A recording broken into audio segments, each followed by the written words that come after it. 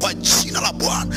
Huyu ambaye yuko hospitalini sahi, huyu ambaye amelazwa ICU sahi, huyu ambaye madaktari wamesema hakuna probability ya yeye kuinuka, tuko hapa tunatangaza usiku wa leo anaenda kuinuka in the mighty name of Jesus. Yesu alikuwa na upako, kila alikopita wagonjwa walipona, na wengine waliposikia kwamba yeye ni mponyaji walimkimbilia. Alikuwepo Bartimayo aliposikia habari ya Yesu mwana wa Daudi, akamuita akasema, Yesu mwana wa Daudi ni rehemu. Unachukua kwa nini aliomba rehema?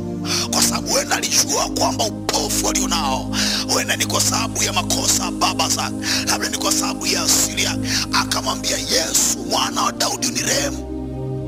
Alipomrehemu akamponya Bartimayo akapata kuona. Na kuna mtu hapa unaumwa, una ugonjwa